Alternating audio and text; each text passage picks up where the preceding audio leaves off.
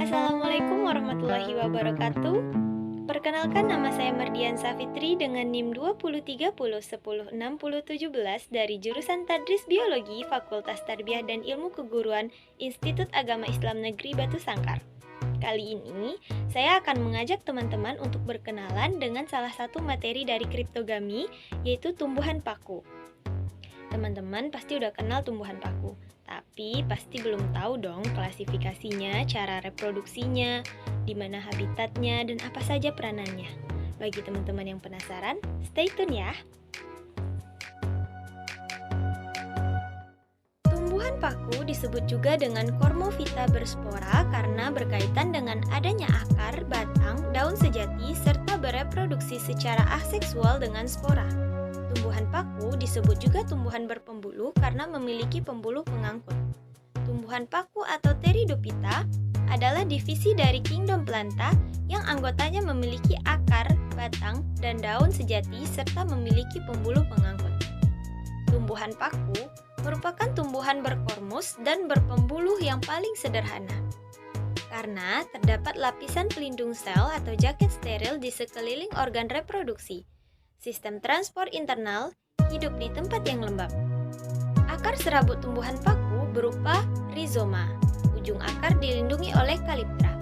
Sel-sel akar membentuk epidermis, korteks, dan silinder pusat yang terdapat jaringan xilem dan floem.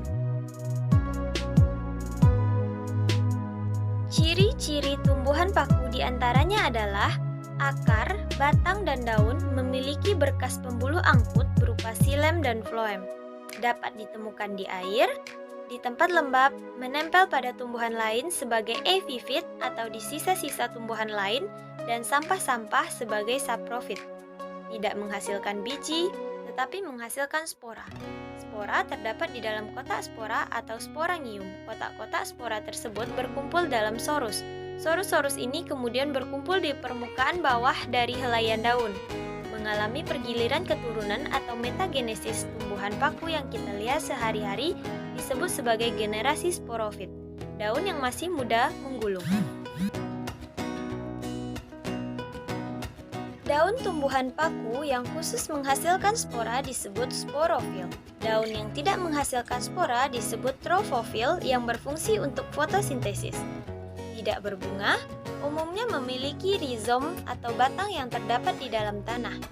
Tumbuhan paku memiliki 4 struktur penting, yaitu lapisan pelindung sel atau jaket steril yang terdapat di sekeliling organ reproduksi, embrio multiseluler yang terdapat dalam archegonium, cuticula pada bagian luar, dan yang paling penting adalah sistem transport internal yang mengangkut air dan zat makanan dari dalam tanah. Sistem transport ini sama baiknya seperti pengorganisasian transport air dan zat makanan pada tumbuhan tingkat tinggi. Habitat tumbuhan paku.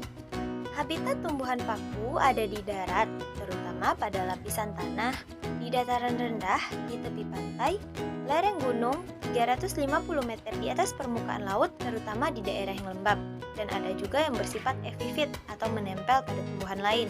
Tumbuhan paku merupakan tumbuhan fotoautotrof. Tumbuhan paku ada yang hidup mengapung di air, misalnya Azolla pinnata. Namun, pada umumnya, tumbuhan paku adalah tumbuhan terestrial atau tumbuhan darat. Faktor yang mempengaruhi pertumbuhan tumbuhan paku yaitu kadar air di dalam tanah, kadar air di dalam udara, kandungan hara mineral di dalam tanah, kadar cahaya untuk fotosintesis, suhu yang optimal, perlindungan dari angin, perlindungan dari cahaya yang terlalu kuat. Tetapi tidak semua faktor tersebut berpengaruh, tergantung pada jenis tumbuhan pakunya. Survive tidaknya suatu tumbuhan paku di suatu areal tergantung dari ketahanan gametofitnya. Apakah akan berkembang secara alami di lingkungannya atau tidak? Seperti tanaman tingkat tinggi, tumbuhan paku tumbuh di lingkungannya masing-masing, biasanya di tempat yang lembab. Beberapa paku dapat bertahan hidup di daerah yang ekstrim, seperti lingkungan kering dan panas. Sistem reproduksi tumbuhan paku. Reproduksi tumbuhan ini dapat secara aseksual atau vegetatif, yakni dengan stolon yang menghasilkan gema atau tunas. Gema adalah anakan pada tulang daun atau kaki daun yang mengandung spora. Sedangkan reproduksi secara seksual atau generatif melalui pembentukan sel kelamin jantan dan betina oleh alat-alat kelamin atau gametogonium.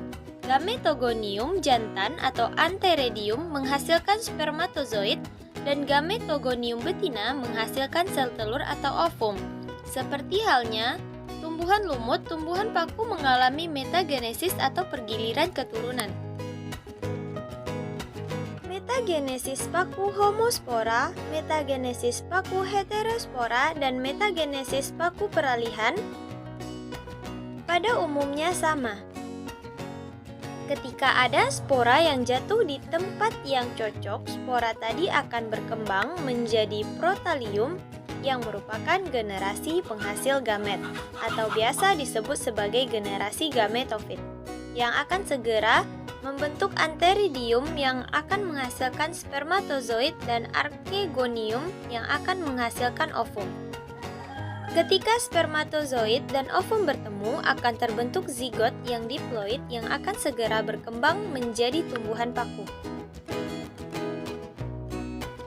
Ketika spermatozoid dan ovum bertemu, akan terbentuk zigot yang diploid yang akan segera berkembang menjadi tumbuhan paku. Tumbuhan paku yang kita lihat sehari-hari merupakan generasi sporofit karena mampu membentuk sporangium yang akan menghasilkan spora.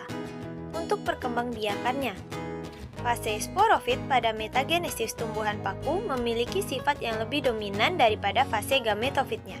Apabila kita amati daun tumbuhan paku penghasil spora atau sporofil, di sana akan kita jumpai organ-organ khusus pembentuk spora. Spora dihasilkan dan dibentuk dalam suatu wadah yang disebut sebagai sporangium. Biasanya, sporangium pada tumbuhan paku terkumpul pada permukaan bawah daun. Klasifikasi tumbuhan paku. Tumbuhan yang satu ini memiliki sekitar 12.000 jenis. Berbagai jenis mampu tumbuh dan bertahan hidup di berbagai daerah dengan iklim yang berbeda. Inilah beberapa jenis tumbuhan paku. Yang pertama yaitu Lycopsida. Spesies yang satu ini merupakan jenis dari tumbuhan paku yang dapat menghasilkan dua bentuk spora, yaitu makrospora dan mikrospora. Berikut ini adalah ciri-ciri dari tumbuhan paku yang termasuk ke dalam spesies Lycopsida. Terdiri dari daun, sejati, batang, dan akar, menempel diri pada tanaman lain sebagai media untuk hidup, memiliki ukuran daun yang sangat kecil dan berbentuk rapat, menghasilkan mikrosporangium dan sporangium. Yang kedua, Xenopsida. Tumbuhan paku yang tergolong ke dalam spesies ini umumnya banyak dijumpai di daerah yang beriklim tropis. Tumbuhan paku yang satu ini memiliki ekor panjang pada tubuhnya. Ciri-ciri paku yang tergolong ke dalam jenis Xenopsida yaitu memiliki batang yang berbentuk tegak, menghasilkan spora yang berjenis heterospora, pada bagian batang mengandung kadar silika yang tinggi, menyenangi daerah rawa dan yang berudara lembab. Silopsida atau paku purba. Silopsida merupakan tumbuhan paku yang sederhana dan memiliki susunan yang cukup sederhana. Tanaman ini berupa ranting yang bercabang-cabang, ada yang berbulu-bulu halus yang menyelimuti, berakar serabut halus atau sering disebut akar semu, berfungsi juga sebagai perekat pada tumbuhan lain. Contoh tumbuhan pada paku Silopsida ini adalah Silotum nodum. Ciri-ciri paku purba yakni sebagai berikut. Hidup di daerah beriklim tropis atau subtropis, homospora, berdaun makrofil, serta batangnya berklorofil, tak mempunyai daun sejati. Yang ketiga yaitu Pteropsida. Tumbuhan paku yang tergolong ke dalam spesies ini merupakan tumbuhan paku sejati yang sering dijuluki dengan sebutan tanaman pakis. Jenis tumbuhan yang satu ini mampu hidup dan tumbuh di daerah yang beriklim tropis dan subtropis. Ciri-ciri tumbuhan paku yang tergolong ke dalam Pteropsida ini yaitu memiliki batang yang berbentuk tegak dan tumbuh di atas dan di bawah permukaan tanah. Menghasilkan spora berjenis homospora dan isospora. Spora yang dihasilkan berkumpul di bawah daun. Penyebaran spora untuk berkembang biak menebar melalui bantuan angin. Manfaat tumbuhan paku dan jenisnya. Yang pertama adalah suplir. Tanaman paku yang bisa mempercantik ruangan adalah tanaman suplir. Tanaman ini sering digunakan untuk menghiasi perkarangan rumah dengan cara menanamnya di dalam pot atau langsung ke tanah. Bentuknya hampir menyerupai trapesium dengan warna hijau muda yang cerah. Agar tanaman suplir panjang umur, sebaiknya letakkan di tempat yang agak teduh, karena mereka tidak menyukai tempat yang langsung terkena sinar matahari. Tumbuhan paku pedang atau Nephroleps cordifolia, ciri-ciri tumbuhan paku ini memiliki batang yang bercabang-cabang dan berkayu. Kemudian, daunnya memiliki urat-urat, bahkan ada yang tidak memiliki daun.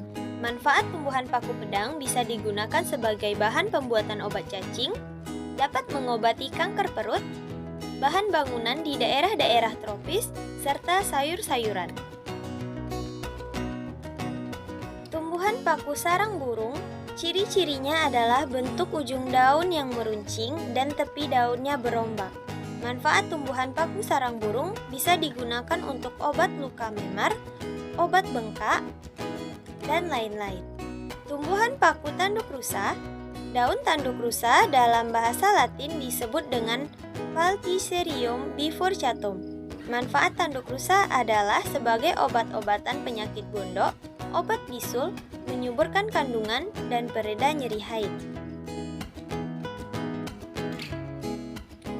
Baiklah teman-teman, itulah video penjelasan saya tentang materi kita pada hari ini, yaitu tentang Pteridophyta atau tumbuhan paku. Jangan lupa di like, comment, and subscribe ya.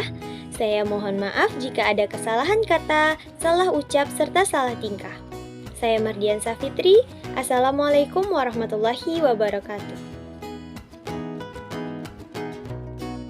Sekali lagi, jangan lupa di like, comment, and subscribe ya.